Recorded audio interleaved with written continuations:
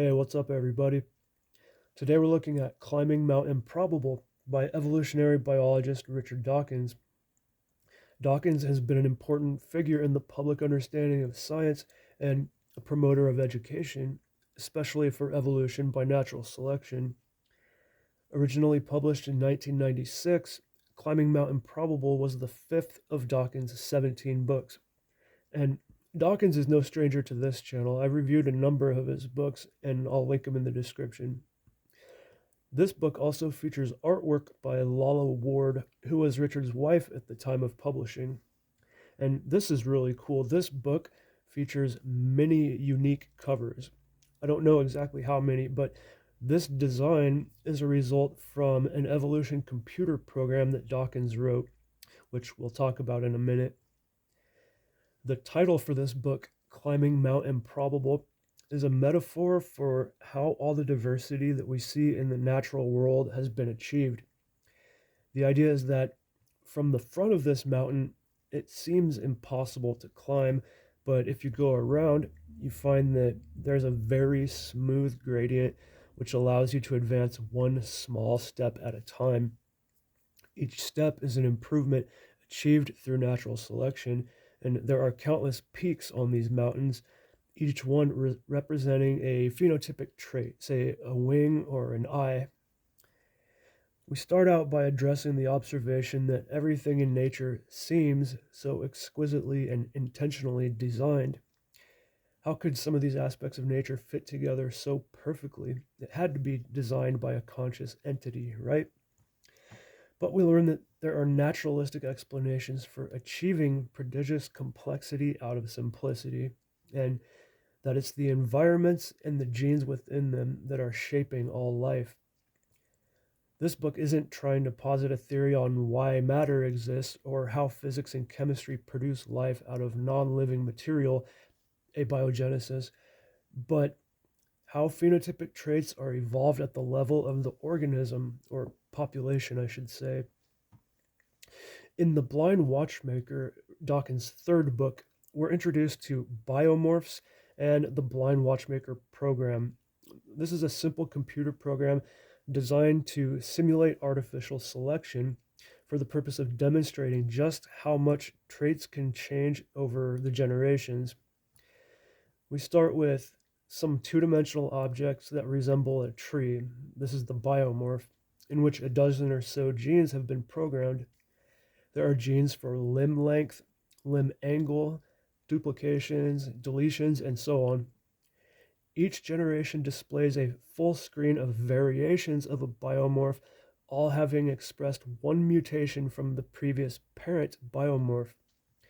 You click on the one you like, and it becomes the parent to the next screen of biomorphs. Obviously, this is a simple model. There's no sexual mixing of genes or natural selection, but one of the challenges in grasping evolution is that it can be hard for us to conceptualize the vast lengths of time that evolution needs to produce significant change. The Blind Watchmaker program effectively speeds up evolution so we can go through multiple generations per second, and it allows for a better perspective when you can see the changes happening generation after generation in rapid succession. In Climbing Mount Improbable, Dawkins has created new variations of the Blind Watchmaker program to specifically feature arthropods and another one for seashells. And this is where the cover for this book came from. Admittedly, this is probably the least interesting one that I've seen, but it's just meant to illustrate the diversity and possibility in nature. This book also addresses some of the arguments against natural selection, such as Fred Hoyle's Boeing 747 argument. And when we look at arguments like this, it's clear that they can only survive due to a lack of education on natural selection. This is a subject that is misunderstood on a wide scale, and the fact that there are still people using these arguments that we hear today greatly supports what books and authors like this have been saying, which is that we need to improve science literacy and education and evolution. That's what all of Dawkins' books are about, and that's what he's made a career out of trying to do, and he excels at it. and this is why he's so well loved by some and hated by others. This book is quintessential Richard Dawkins. It's about nature, it's about zoology, embryology, coevolution between plants and insects, genes and body plans, and mathematical models. Some subjects that get their own dedicated chapter in this book are spiders and web building, bees, fig wasps and fig trees, flight in the animal kingdom, the phylum Arthropoda, shells, body symmetry and mutation, and of course, vision and eyes. Dawkins has called Climbing Mount Improbable his most underrated book, and maybe it is. I really like all of his books.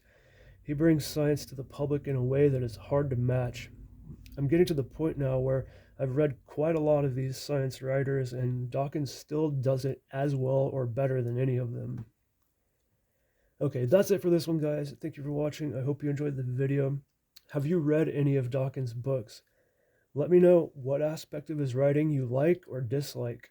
Whether you love him or you're one of the people who just go to Dawkins' videos to insult him, I would ask that you provide a reasoned elaboration on why you feel the way you do.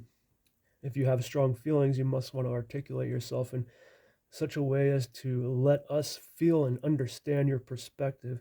And I think the more well thought out the comment is, the better that can be achieved. Also, let us know your thoughts on the state of public education in science and what you think we should be doing. But if you're just into nature or you're looking for good reading material, you're in the right place. Check out Climbing Mount Improbable by Richard Dawkins.